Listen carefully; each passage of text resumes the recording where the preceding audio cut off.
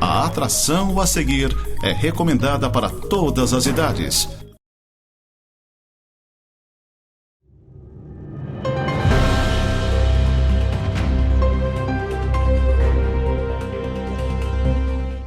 Olá pessoal, Neurotalk mais uma vez no ar, hoje com o Dr. Clécio comigo.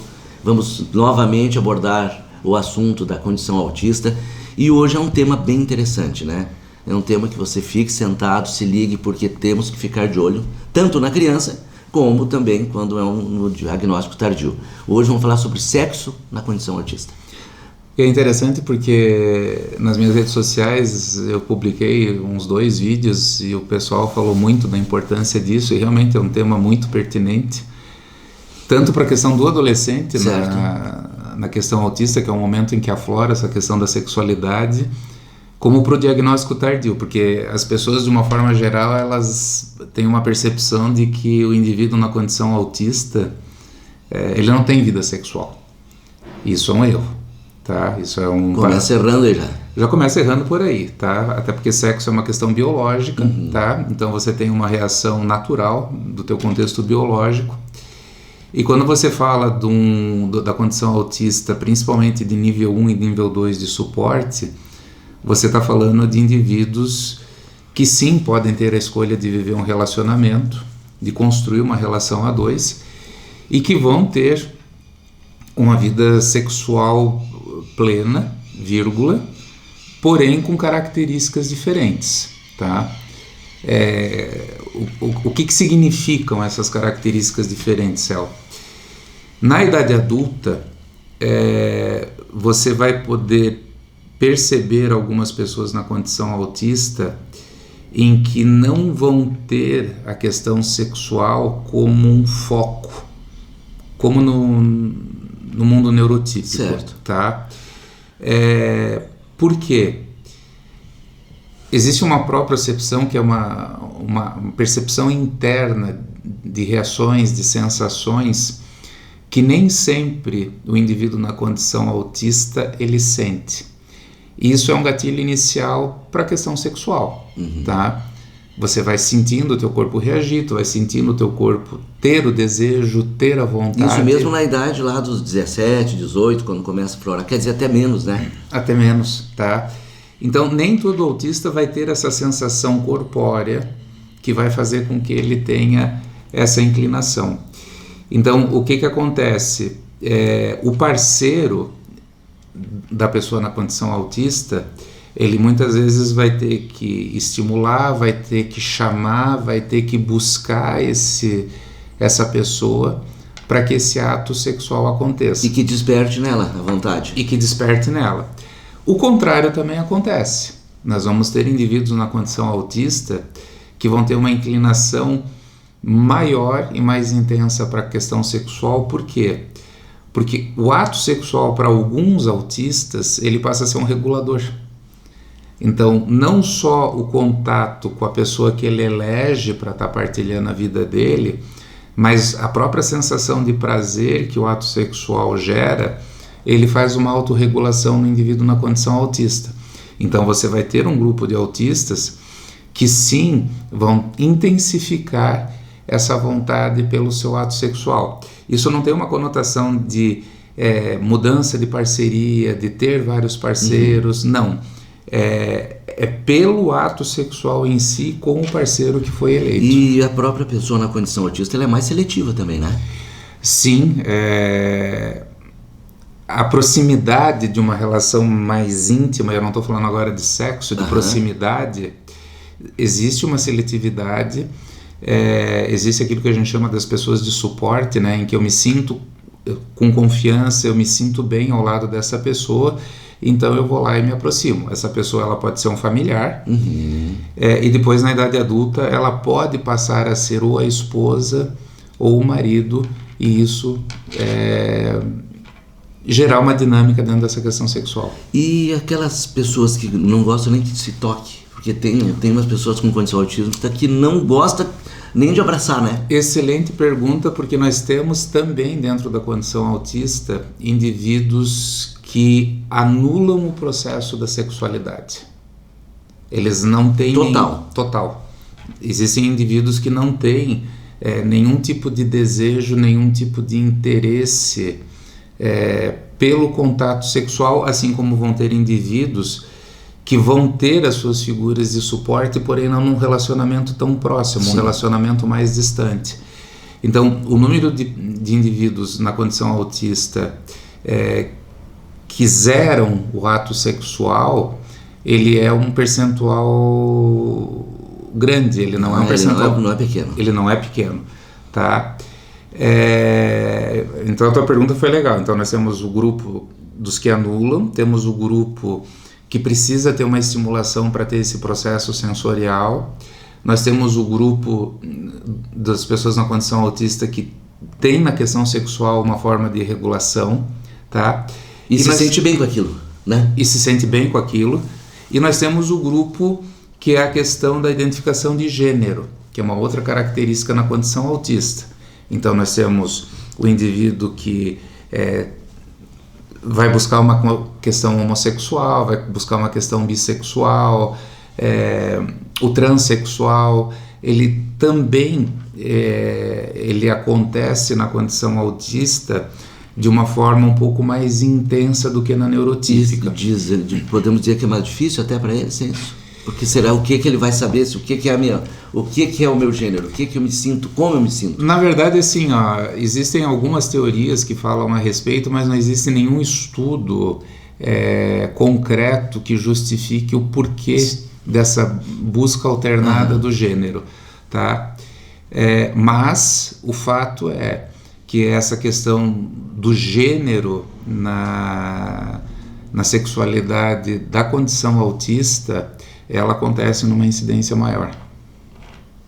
E daí isso aí já começa na adolescência? Como que tu vê isso? Ou mais na parte mais adulta, quando tu é um tardio, que a pessoa não se encontra, eu não me encontro, não entendo, não sei o que está acontecendo comigo. Ela pode acontecer sim na adolescência, mas acaba se concretizando mais por início da idade adulta, ou já na idade adulta um pouco mais madura, por uma questão também interna, de o indivíduo conseguir ter a percepção dessa busca diferente pela sua opção de gênero, tá?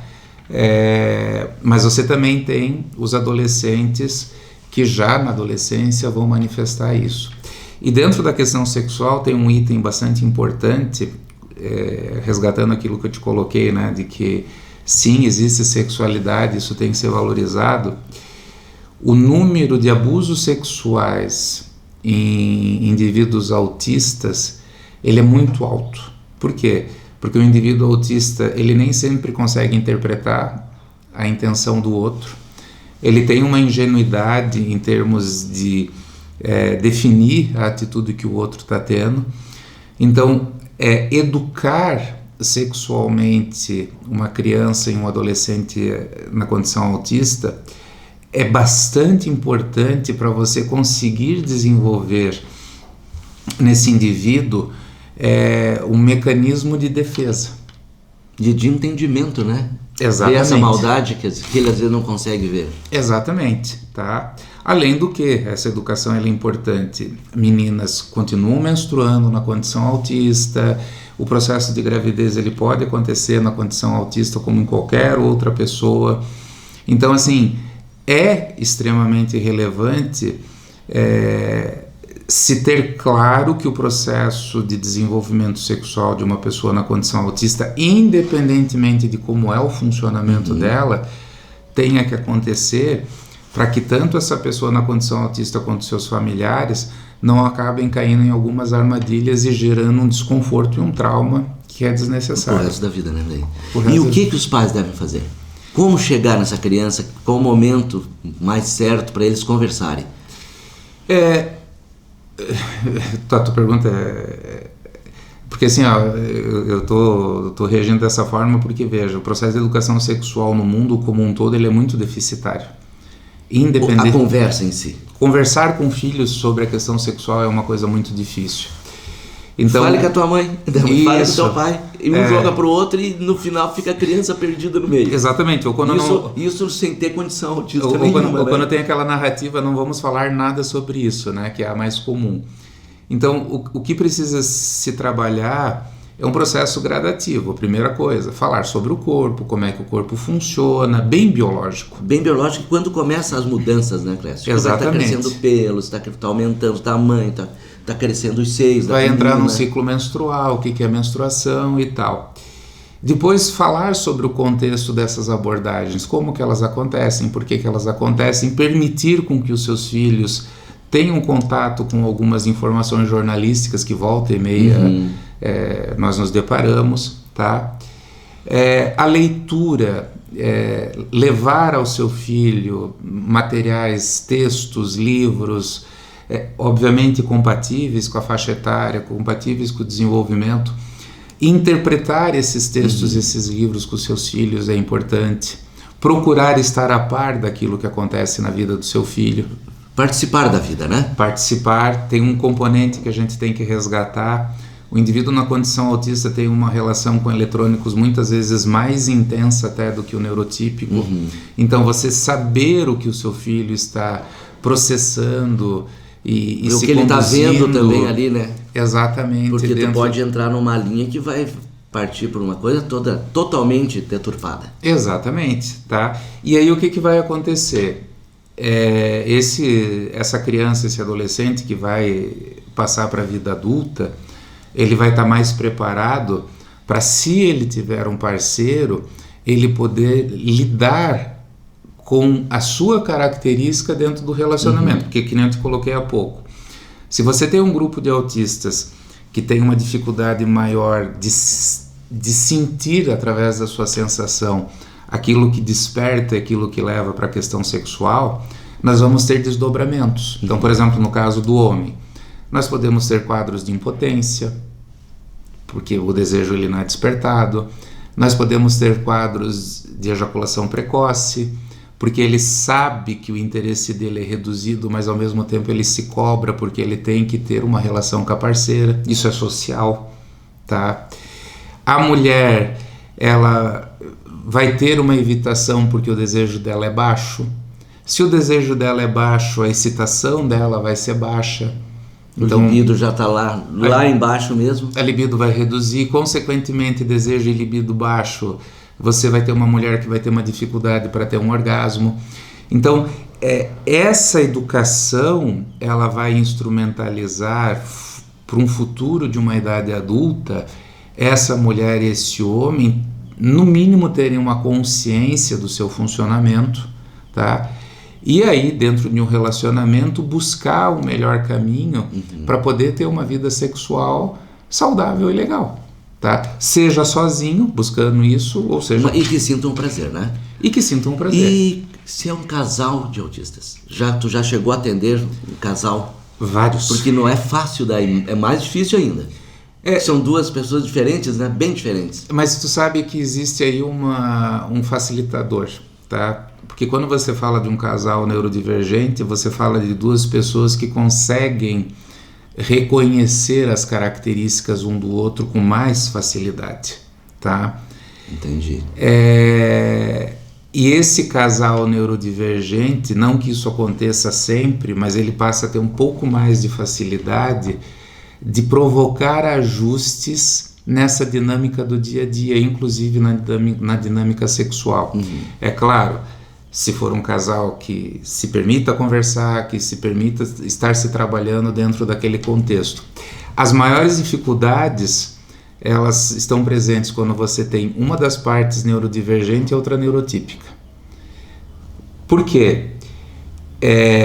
Você conseguir entender algumas dessas características nem sempre é fácil. Então eu vou te dar um exemplo bem simples. Você é um homem neurodivergente, a tua necessidade sexual é menor. Tá. Só isso, tá? O que acontece dentro do contexto social? Cara, como é que um homem como você vai ter um desejo sexual pequeno? A cobrança já começa pela sociedade. Eu me cobrando e o teu parceiro também. Exatamente. Então, algumas coisas são difíceis de compreender, tá? Porque o neurotípico, muitas vezes ele não consegue perceber que isso é uma questão de sensibilidade sensorial, é uma dificuldade sensorial de ter essa reação, que isso não tem nada a ver com masculinidade ou não. Certo. Isso está dentro da condição autista. Quando você fala de um casal onde as duas partes são neurodivergentes, tá? Essa comunicação ela se facilita porque eu estou falando de uma coisa que te pertence e que me pertence. E o casal junto consegue ter esse trabalho. O que a gente procura orientar muito, tanto num casal onde as duas partes são neurodivergentes ou tem um neurotípico e um neurodivergente, é que se esse casal eventualmente ele não consegue sozinho fazer esse desenvolvimento, é buscar ajuda. Tá, e qual é o momento de buscar ajuda de um profissional?